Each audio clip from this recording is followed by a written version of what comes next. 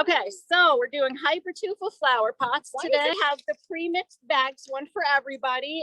This is Hypertufa is equal parts of Portland cement, peat moss, and perlite or vermiculite. I have perlite here in particular.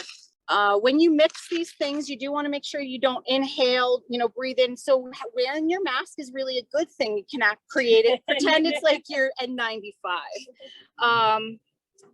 I was trying to create, so what I was saying is you need to create, like when you use your, in order to use your molds, you're gonna have to have a quick release. So we use Vaseline, line the inside and the outside, just kind of like a cake mixture, so that everything will quickly release out.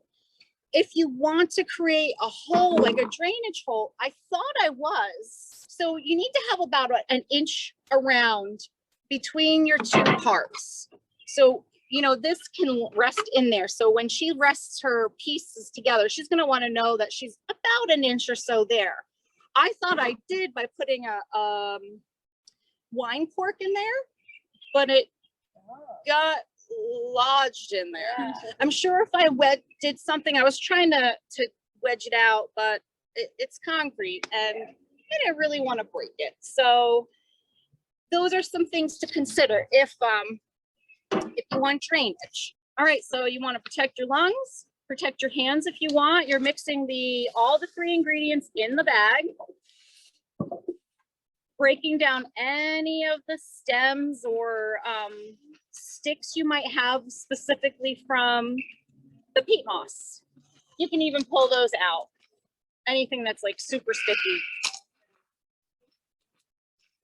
So as you mix, when your hand is in the bag, if you kind of seal around your hand, it'll protect, it'll hold in the dust from escaping. You might find, oh, this is a really big rock. You might want to keep that, or you might want to remove that. So just think about these kinds of things as you're preparing your mold. So when you feel that you have mixed it, all the three dry ingredients, like a cake mix, so you've mixed all your three dry ingredients as good as you can, you're going to get water and slowly mix that in as well. And this is an equal parts. So what I had used was about a 16-ounce size container, like for takeout.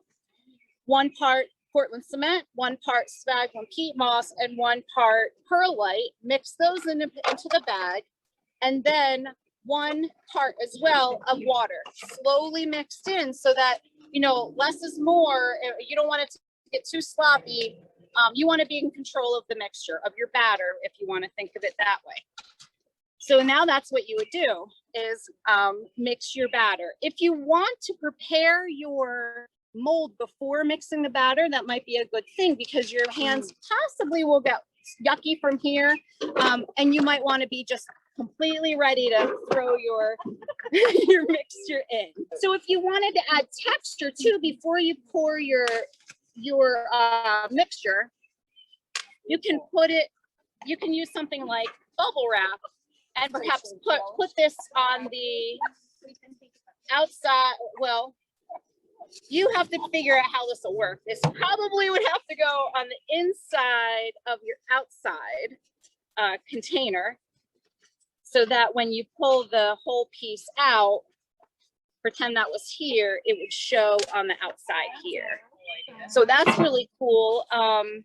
I'd seen some ways to create hash marks and stuff, but I wasn't successful in doing that because it was such a viscous mixture, and I really liked those ripples. I kind of wanted to reflect those. But you could also think of ways, perhaps you have something like that is precious, leaves or some sort of memento that you want to cast in there. You can think about a mosaic here too. And you said that takes like 24 hours? It takes about 24 hours to set up, and then 2 weeks to cure, 2 to 4 weeks to cure. So what I'll do is, once I've mixed everything up and set my little, my pot is ready, I'll wrap this in a plastic bag, set it in a closet. Something that's not gonna get disturbed. It's dark, it's, your cat's not gonna play with it. And then just remember, or maybe you forget, and like when you're cleaning out next season, you're like, oh wait, it's ready. I have to make something with it. But yeah, definitely let it, don't touch it for at least 24 hours. This is kind of like if you've ever done ceramics, you know, you can't let it go out, let it sit out in the air because it'll crack faster. It needs to just go leather and then slowly dry over time. What you're gonna look for a 16-ounce container. You could say like half this. That's about the amount of water you need. All right. So like you just want it covered? Or Yeah, like cover everything. So overhangs, you have what you call overhangs, though, where the edges, see how it overhangs literally. Perfect. As long as it won't. I figured it was lower than that. Exactly. Okay. So if there are any overhangs, you just don't want it to be where they'll set in, or else it'll be a hard time to break apart. Yes. You want to if you put leaves inside, you want to Vaseline everything, any surface that's going to be there, because otherwise it'll get stuck in the cement. Here's the second question. Does it matter if you have Vaseline on your gloves and you're mixing it in? I don't think that's going to matter too much at all, because it's not enough. And now some other questions I had last time were, what if you mixed paint in here? Well, I had mixed about a tube of paint and 2 tubes of sparkles in here, and you don't really see a speck of that. So I don't really think it's worth it. If you want paint it afterwards, and you can, that's what's really nice is like acrylic paint, spray paint will work really well. You could even, if you mixed, like since it's berry and flower season, you can mix just try to press flowers in there or berries and just get some natural ingredients to get abstract patterns. I've got my mud pie mixture, and now I'm not going to worry about a hole for drainage, but if you wanted that, figure out how you'll do that. And now that Penny down there is calling my name to play with, so maybe we'll put it in there. Okay, so I'm just clapping this in. Just like your cake, if you were doing a cake batter, you want to make sure there's not going to be any holes, so you can tap down, make sure there's no hole, air bubbles. You want to have at least an inch around on all sides, at least, or we'll say a ½ inch to an inch thickness of wall, so that there's actual durability. So see, this is about a ½ inch to an inch. Okay. So I've got about that much poured in here, and now I'll pull. This is just a Tropicana bottle. I cut off the top, and I'm gonna see if this works out. You know, who knows? And actually, that seems like it's gonna work really nicely. If you have extra, maybe you'll take advantage of making another. I'm just thinking about creative ways to make other molds. So I always have like a lot of extra boxes. You could use the outside of this, tape it, cut it down. Just make sure nothing's too wet.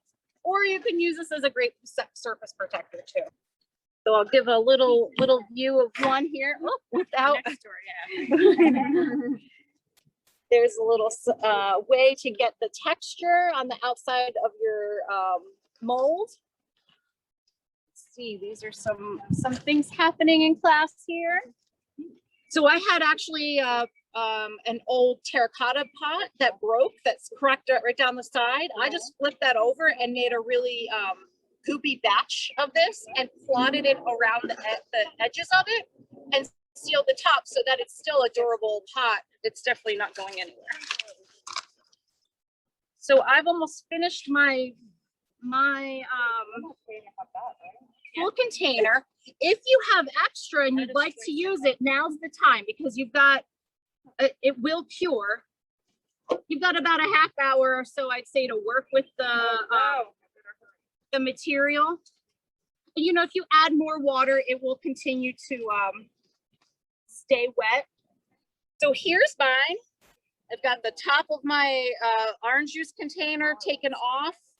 I'm about centered on the inside there, and it's going to be a small pot planter that it'll hold. And now what I will do with this is cover it in a plastic bag and store in a closet or a dark place that will not get major changes in temperature and will not get disturbed by tapping it or an animal touching it.